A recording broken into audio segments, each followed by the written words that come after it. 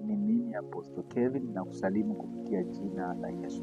Siku ya leo nina ujumbe unaenda katika kitu kinachosema kwa nini ukiokoka hutakiwi urudi tena nyuma. Kuna sababu nyingi sana ambazo ukiokoka hautakiwi urudi nyuma, lakini siku ya leo nitatoa sababu tatu tu ambazo kama ukizielewa kwa umakini na ukazifanyia kazi hautarudi nyuma mpendwa. Sababu ya kwanza kwa nini ukiokoka hutakiwi urudi nyuma ni hali ya mtu aliyeokoka akirudi nyuma inakuwa mbaya zaidi kuliko hapo awali. Mpendwa, utakubaliana na mimi, kabla ya kuokoka tulikuwa tuna aina fulani ya maisha ambayo yalikuwa yanatutesa. Wengine walikuwa wanasumbuliwa na magonjwa, wengine walikuwa wanasumbuliwa na mapepo, wengine walikuwa wanasumbuliwa na wachawi, wengine walikuwa wanasumbuliwa na vifungo, laana, wengine walikuwa wanasumbuliwa na umaskini, wengine walikuwa wanasumbuliwa na kukataliwa, utasa, ugumba. Lakini baada ya kuokoka wakafanywa viumbe vipya, ya kale yakapita, wakawa viumbe vipya. Sasa wanaishi katika neema, wanaishi katika baraka ya Kristo, wanaishi katika nuru ya Kristo, giza alimotenda ndani yao. Sasa huyu mtu akirudi tena katika dhambi, ina maana hali yake ile ya mwanzo ilikuwa inamsumbua inaongezeka zaidi, na kama ilikuwa moja zinakuwa zaidi. Tutaenda kuthibitisha kimaandiko. Naomba nianze kuweka msisitizo katika kitabu cha waraka wa pili wa Petro sura ya 2 mstari wa 20 mpaka 21. Neno la Mungu liko wazi, linasema, kwa maana wale waliokwisha kuyakimbia machafu ya dunia kwa kumjua Bwana na Mwokozi Yesu Kristo, kama wakinaswa tena na kushindwa, hali yao ya mwisho inakuwa mbaya kuliko ile ya mwanzo. Maana ingekuwa heri kwao kama wasingelijua njia ya haki kuliko kuijua kisha kuiacha ile amri takatifu waliopewa. Yaani ni heri wasingeijua, lakini walipoijua wakaiacha. Kwa hiyo hali yao ya sasa inakuwa mbaya kuliko ile hali ya mwanzo. Changamoto yao itakuwa mbaya zaidi, zile changamoto zitaongezeka zaidi kuliko zile alizokuwa anapitia mwanzo. Kwa sababu gani? Shetani anapopoteza mtu katika ufalme wake anaumia. Kama ukisoma maandiko anasema kwamba mtu mmoja anapookoka mbingu zinashangilia. Kama mbingu zinashangilia, ina maana mtu mmoja anapookoka anatoka katika ufalme wa giza, na kama anatoka katika ufalme wa giza, ufalme wa giza unachukia, unaumia, umepunguza watu wake, imepunguza watu katika ufalme wake. Sasa huyu mtu atakaporudi tena, shetani atajitahidi kuongeza vikwazo vya huyu mtu kuokoka tena. Kama kulikuwa kuna mwanya ambao mashetani alifungua, huyu jamaa akapata access ya wokovu, ina maana kama yalikuwa mapepo matatu yamepewa jukumu la kumguide huyu mtu asiokoke, ina maana ataongezewa mapepo zaidi ya 10, 20. Twende kwenye maandiko. Ukisoma Mathayo 12 mstari wa 43 mpaka 45, utakubaliana na mimi kusema kwamba pepo amtokapo mtu huzunguka sehemu ambapo hapana maji, akitafuta sehemu ya kupumzika. Baadaye anasema pale mstari wa chini anasema kwamba pepo linasema nitarudi nyumbani, na likirudi likikuta hakuna ulinzi, linaenda kuchukua wengine 7. Yaani kama ni pepo la magonjwa, linaenda kuchukua pepo wa umaskini, linaenda kuchukua pepo wa utasa, linaenda kuchukua pepo wa kichawi, linaenda kuchukua pepo wa vifafa, inaenda kuchukua pepo wa kuvunja ndoa, inaenda kuchukua pepo la mauti.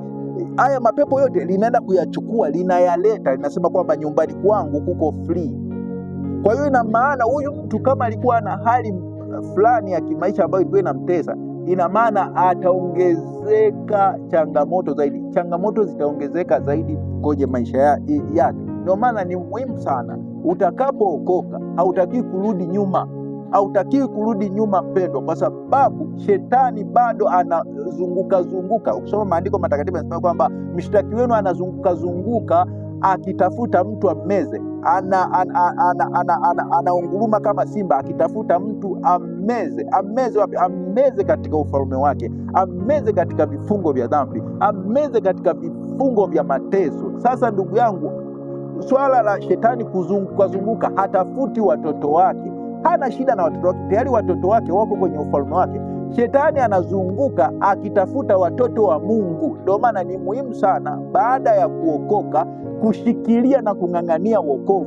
Haijalishi utajaribiwa katika mambo gani. Maandiko matakatifu yanasema Yesu alijaribiwa katika mambo yote, lakini hakutenda dhambi, na Yesu anakaa ndani yako. Kwa hiyo kwa namna yote ule uwezo wa Yesu uliomfanya Yesu asitende dhambi uko ndani yako, nawe unaweza kuishi maisha ambayo aliyaishi Yesu. Lakini utakapoamua wewe kurudi nyuma, ina maana umempa access shetani katika kuzurura kwake akupate wewe, na akikupata lazima akumeze. Kama alikutapika mara ya kwanza, sasa hivi hata kutapika.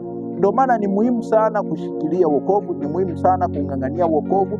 Haijalishi utoka katika dhambi ya zinaa, utakiwa urudi tena kwenye hiyo dhambi. Haijalishi utoka katika dhambi ya ulevi, uvutaji bangi, dhambi ya usengenyaji, uchawi na namna zozote zile za kidhambi, hautakiwi urudi tena, kwa sababu hali yako ya mwisho itakuwa mbaya sana kuliko ile ya mwanzo. Ukisoma Waebrania 6 mstari wa 4 mpaka wa 6 unathibitisha kile kilichoongewa katika Petro wa pili, waraka wa pili wa Petro sura ya 2 mstari wa 20 mpaka 21.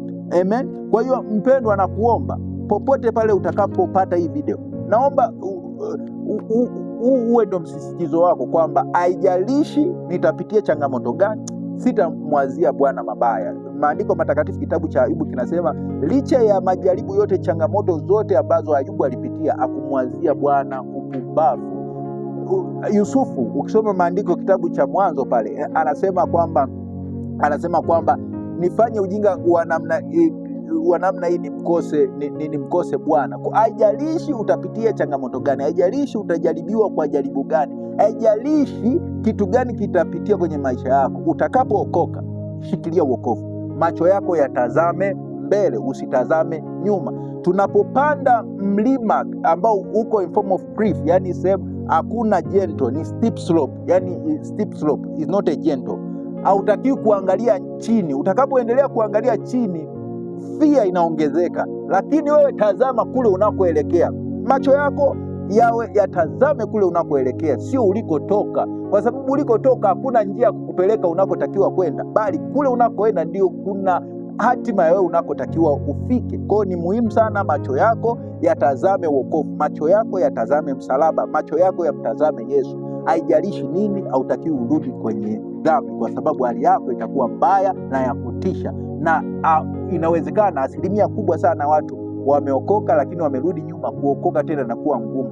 Kuna watu wengi sana ambao Bwana anawaona wamo kwenye makanisa, wengine ni watumishi wa Mungu, wanatumika na Mungu, lakini wamemwacha Mungu. Uwepo wa Mungu haupo ndani yao. Utajiuliza, kuna mtu anauliza kwamba inawezekana mtu akatumika na Mungu afu Mungu, yes, it is possible. Sauli aliendelea kuwa mfalme wakati Mungu hayupo pamoja naye. Ukisoma Samson, maandiko matakatifu yanasema kitabu cha Waamuzi kwamba Samson aliendelea kuishi pasina kujua kwamba Bwana amemwacha. Kwa hiyo inawezekana ukaendelea kuishi, ukaendelea kwenye huduma, ukaendelea kwenye huo wito wako, lakini Mungu hayuko pamoja na wewe. Kwa sababu gani? Maisha ya dhambi. Maisha ya dhambi. Uliokoka alafu umerudi kwenye dhambi, alafu umevaa ngozi ya kondoo, lakini ndani yako ni mbwa mwitu, jambo ambalo sio zuri na ni baya. Hebu ambao umepata access ya kumshikilia Yesu, mshikilie kweli kweli, usirudi nyuma. Hali yako itakuwa mbaya na ya changamoto. Wengi wanataja jina la Yesu, lakini baada ya haya maisha hawataona ufalme wa Mungu. Sio kila atakayesema Bwana Bwana atauona ufalme wa Mungu, bali wale wafanya mapenzi ya Mungu. Pointi ya pili, kwa nini ukiokoka utakiwi kurudi nyuma? Ukiokoka unakuwa kielelezo kwa wengine. Sisi ni nuru ya ulimwengu, sisi ni chumvi ya ulimwengu. Kwa hiyo swala la kutafuta testi ya utakatifu kwenye mboga, ukiweka chumvi ladha inaongezeka. Swala la kutafuta ladha ya wokovu, ladha ya utakatifu ipo kwa wanadamu ambao wamempokea Kristo kuwa Bwana na Mwokozi wa maisha yao. Anasema mjue ya kuwa miili yenu ni nyumba ya Yesu Kristo, ni hekalu la Roho Mtakatifu. Kwa hiyo ina maana yoyote yule ambaye amempokea Kristo anafanyika kuwa ladha ya utakatifu. Kwa mtu akitaka aone utakatifu hana haja ya kwenda mbinguni akamwone Yesu. Inabidi watuone sisi wana wa Mungu ndio waseme hakika tumeuona utukufu wa Mungu. Anaendelea kusema point inayo kusema sasa kuanguka kwako kunapunguza imani ya watu katika nguvu ya wokovu. Kuanguka kwa mtu aliyeokoka, yani kurudi nyuma kwa mtu aliyeokoka, kunapunguza ushawishi wa watu wa nje, watu wa kimataifa, kwamba tunajua kabisa wokovu ni nguvu iletayo uzima. Wokovu ni nguvu iokoayo kilichopotea. Mtu yoyote ambaye atapata wokovu atakaa mbali na dhambi. Yoyote yule ambaye amepata wokovu, kiu ya dhambi inakufa ndani yake. Sasa kitendo cha wewe kuokoka alafu kurudi nyuma tena kinapunguza value ya wokovu kwa watu. Kwa hiyo badala ya kuwa wewe kielelezo kwa wengine, unakuwa kama kichochezi cha taarifa mbaya juu ya wokovu, kwamba wokovu haubadilishi watu. Amen. Kwa tupunguze, naombeni wa Kristo tusije kwa namna moja au nyingine tunasema tumeokoka wakati tunaendelea kutumika na shetani kutokuaminisha watu nguvu ya wokovu. Utakapookoka, just focus na wokovu. Acha kuokoka kwa kupretend. Unaokoka leo unaanguka, unaokoka unaanguka, unaokoka unaanguka, unaokoka unaanguka. Watu watakuwa na tulisema, tulijua wokovu ni nini? Hamna kitu. Lakini utakaposhikilia wokovu na watu wakashuhudia umejaribiwa katika mambo yote, watasema hakika imani ya Kristo hii ndani ya huyu. Na kupitia wewe kuwa kielelezo utavuta wengi. Lengo la wewe kuokoka na kusimamia na kushikilia wokovu ni kuvuta wengine waje pia katika wokovu. Sasa wewe umeokoka alafu unaanguka, ina maana yule mtu ambaye alitakiwa okoke kupitia wokovu wako, naye atapita ile njia uliyopita, naye atakuwa ni mtu wa kuanguka. Kwa hiyo unavyosimama katika wokovu, hebu shikilia wokovu, simama katika wokovu, hakikisha unakuwa kielelezo bora na cha pekee cha kumdhihirisha Kristo katika wokovu wako. Watu wanaiga wanachokiona, sio wanachokisikia. Watu wengi sana wapo ni matomaso. Kile unachokifanya ndicho kinaleta picha, kinaleta shauku ndani ya maisha yao. Hebu ng'ang'ania wokovu, ishi kama wokovu unavyotaka, ishi kama kanuni za wokovu inavyotaka. Wewe ni kielelezo, waaminishe watu kwamba wokovu ni kweli, wokovu ni tabia, wokovu ni maisha, wokovu ni halisi, wokovu ni uhai wa kila mwanadamu. Ukisoma waraka wa kwanza wa Yohana sura ya 3 mstari wa 9, waraka wa kwanza wa Yohana rekoparuda besia, waraka wa kwanza wa Yohana sura ya 3 mstari wa 9, sura ya 3 mstari wa 9 nasema, kila mtu aliyezaliwa na Mungu hatendi dhambi, kwa sababu uzao wake wakaa ndani yake, wala hawezi kutenda dhambi kwa sababu amezaliwa kutoka kwa Mungu. Mtu yeyote aliyeokoka ni kielelezo cha kwamba mwanadamu unaweza kuishi bila dhambi. Ndio maana maandiko matakatifu yanathibitisha kuna watakatifu hapa duniani. Watakatifu walioko duniani, hao ndio walio bora, hao ndio nipendezewa nao. Bwana anathibitisha hilo kwamba kuna watakatifu ambao anapendezewa nao hapa duniani, kwamba ukiokoka una uwezo wa kuishi maisha ya kutokutenda dhambi, una uwezo wa kuishi maisha ya kukaa mbali na dhambi. Kwa hiyo wewe unakuwa kielelezo cha moja kwa moja kwamba wewe ni mwana wa Mungu. Wale wanaongozwa na Roho wa Mungu, hao ndio wana wa Mungu, na Roho wa Mungu ni mtakatifu, na Roho wa Mungu hatendi dhambi, wala dhambi haimo ndani yake. Roho wa Mungu ni nuru. Kwa hiyo ina maana ukiongozwa na Roho wa Mungu, automatically unakuwa kielelezo cha utakatifu hapa duniani. Sasa wewe kurudi nyuma inaleta picha nyingine tofauti, kwamba wewe ulipata wokovu wa namna gani na wewe unaenda kuokoa watu. Kwa hiyo ina maana huyo mtu atakuwa na mfumo huo wokovu wako. Wokovu ni huu hapa, waraka wa kwanza wa Yohana 3 mstari wa 9, kila mtu aliyezaliwa na Mungu hatendi dhambi. Yoyote yule aliyezaliwa na Mungu mara ya pili, kumpokea Yesu kwamba ni Bwana na Mwokozi wa maisha yako, pale ndio kuzaliwa mara, kwamba hautotenda dhambi tena. Kiu ya dhambi inakufa, bali kiu ya utakatifu ndio inayotawala maisha yako. Na naendelea kusisitiza katika waraka huu wa kwanza wa Yohana sura ya 5 mstari wa 18, anasema rababo satayana makosile, twajua ya kuwa kila mtu aliyezaliwa na Mungu atendi dhambi, bali yeye aliyezaliwa na Mungu hujilinda, wala yule mwovu amgusi. Kwa hiyo umeona, msingi wa wokovu unategemea ulinzi. Jilinde mpendwa, jilinde. Unajilinda kwa namna gani? Unajilinda kwa namna mbalimbali. Moja, unakuwa mtu wa neno. Pili, mtu wa maombi. Tatu, mtu wa kukaa mbali na watu wasio kujenga, yani usikae barazani pa watu wenye mizaa. Do you see such kind? Unachafuta specific marafiki ambao watakupeleka katika kusudi la utakatifu.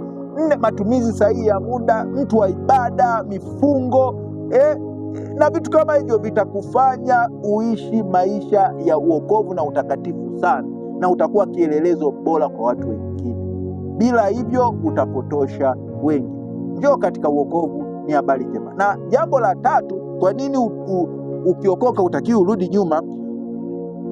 Ukiokoka utakiwa urudi nyuma kwa sababu utakosa nafasi ya kielelezo kamili cha maisha ya Kristo.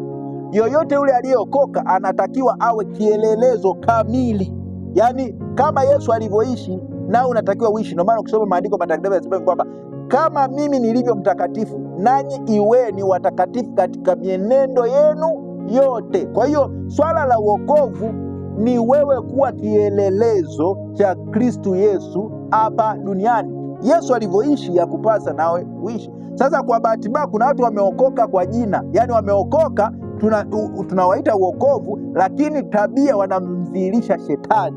Kuna watu wameokoka kwa maneno, wameokoka makanisani, lakini wana mambo ya ovyo sana. Macho yao bado yamejawa tamaa. Anasema kuipenda dunia, mtu aipendaye dunia kumpenda Baba hakumo ndani yake. Yani mambo ya dunia ni kama tamaa ya macho, tamaa ya mwili, kiburi cha uzima. Hivi vyote vitu vitatu bado vipo kwa watu ambao wanasema wameokoka.